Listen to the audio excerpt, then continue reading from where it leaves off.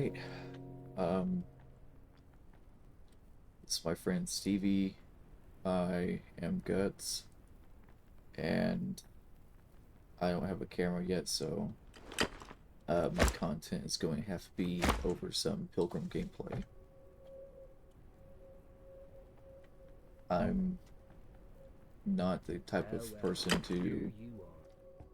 Well, this video is going to be about um, you were born to suffer. If you have body dysmorphia of any type, and simply put, it's because you know you could be eating better, you know you could be exercising, you know you're just letting yourself down, and it's not like you would let your mom or dad down, your significant other, your kid. And that's kind of what you're doing whenever you don't care for your health. But that's probably a whole other different video. It's just that suffering is a uniquely human experience. To some capacity, I'll say. Yeah, everyone has their own lived experiences that, I mean, people can attest to hardships that they've experienced, but not everyone is going to have the same experience. Right. Having a birthday party at a pizzeria in the mall or something could line up somebody's whole week and probably give another person an entire anxiety attack. And Exactly. I feel like the phrase "my lived experience" is shit on. Um, Yeah, I think people just like it's kind of just this indifference towards people's individual suffering. I agree. It's not quite the analogy of missing the trees for the forest, or missing the forest for the trees. It's more like I'm freezing my ass off because it's 50 degrees outside, yet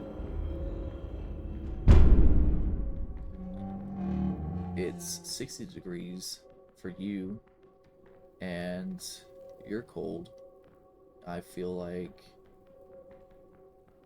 you shouldn't be bitching. You have no reason to be complaining, for example. Oh yeah, no, I mean that's a great example.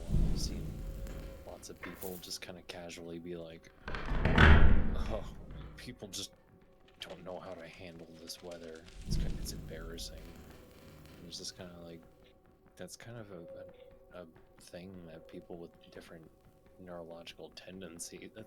That's more of a neurological thing for some people. You know, it's like there's what your body can physically handle, and then there's what you can like mentally handle.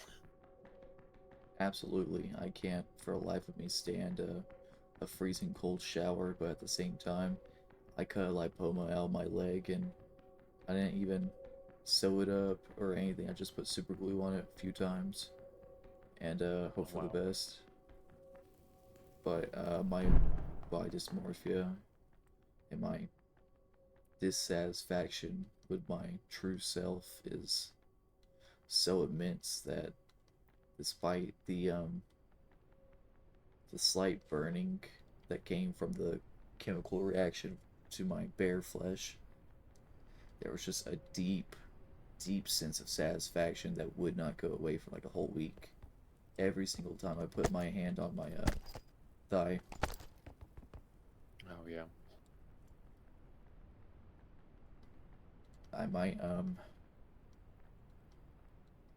go back and put a picture up of my thigh for the YouTube video right here.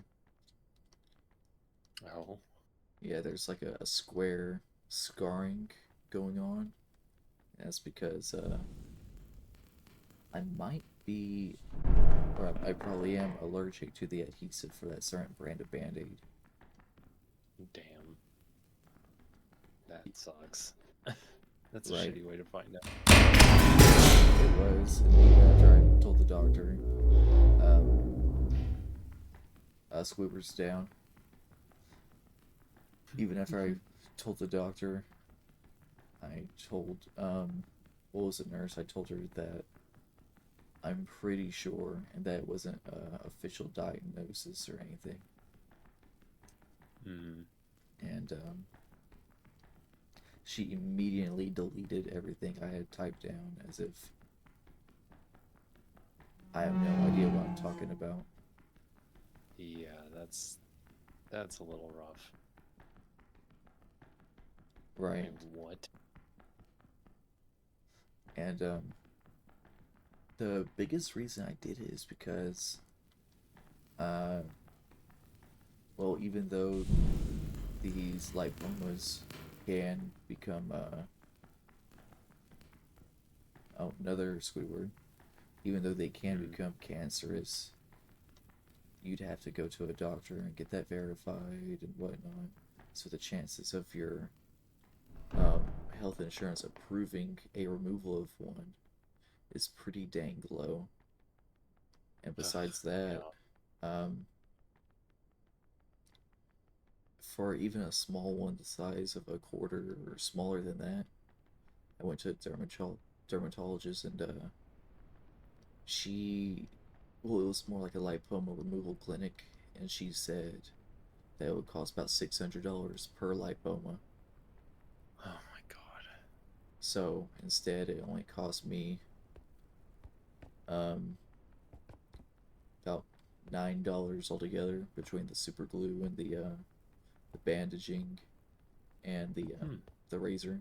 The razor was the cheapest part. Yeah. Yeah, my not really entirely related, but my roommate um had developed an ear infection because she got some bad nose candy, and she absolutely had to go to like an ear doc now. I'm not gonna remember the name of it for an ear doctor, but oh well, I mean yeah, the treatments for it were just gonna be like way too much for her, and she had no choice but to just like she's been just dealing with it off and on, just like Welcome to irrigating my it, show. cleaning it. It's just become like a ritual because she can't afford the treatment for it. Yeah. I'm not fully But aware with how all the nose cavities connect to the ear canal and whatnot, but I yeah, know something like that happens because my dad had an infected tooth, and whenever pollen season came around, it would like drain through the crack in it, and it tasted terrible. He said, oh god, not to put any bad imagery into your mouth, and sorry, dear viewers, you're not going to get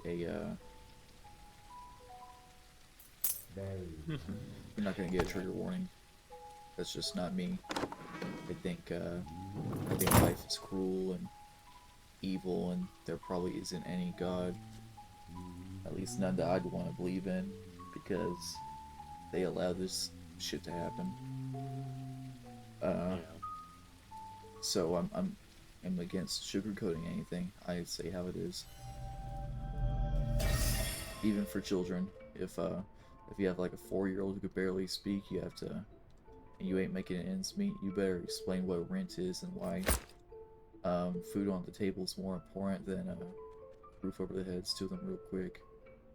mm-hmm. that's why I kind of changed my point about why or not my point, my belief that lying to kids about Santa Claus and the Easter Bunny and all of that, you shouldn't do that.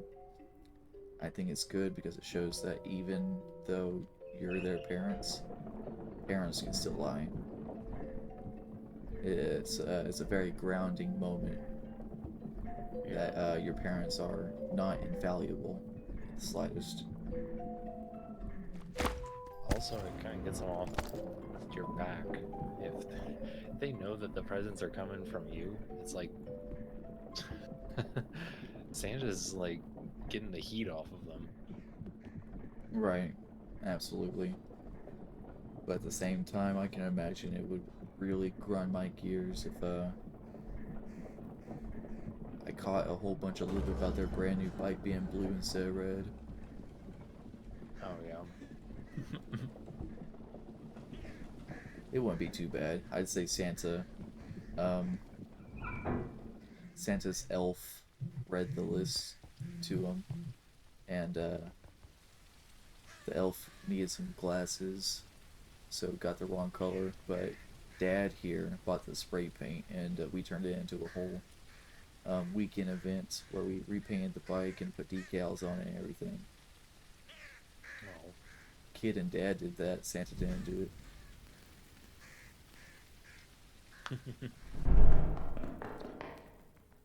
Just an idea, though. I think if you're gonna fill your kid's head full of shit, make sure they think you're a good person before they find out. Because even if they know everything's fake, that impression will stick around for a long time. Yeah, at least have fun with it. Right.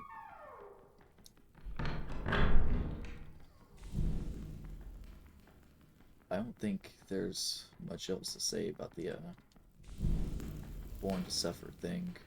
I mean, I'm sure we've all seen the Al Qaeda videos of people's heads being blown up in 9,000 frames per second.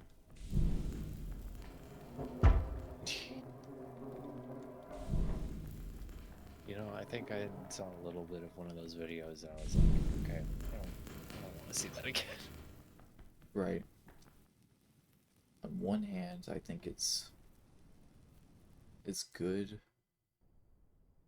for a kid to have their innocence about the evils of the world. But at the same time, there's just so much tragedy that's happening that I don't think it would ruin them to be aware of the evils that are going on. I think getting them started on this understanding is a good thing because it puts more time under the belt for them to be able to cope with these feelings, and having guidance on how they should feel about this from their parents. Well, you can look no further than children having to be taught about racism. I mean, like, or just anyone in general, any kid in general, I guess, being taught about racism. Because I mean, like, it, I don't know. I've like heard so many stories of people that are just like, oh, I like saw a black person as a kid and I just like thought absolutely nothing of it, or something. But then like I guess with like black kids, it's like they just don't, unless they've already like experienced something firsthand. It's like it's something that they have to be warned about. As a short summary and recap, the world is full of suffering and there's no escape. Your obliviousness and your willful ignorance will not save you from the horrors that are to come and the horrors that are present. There is no paradise to run away to.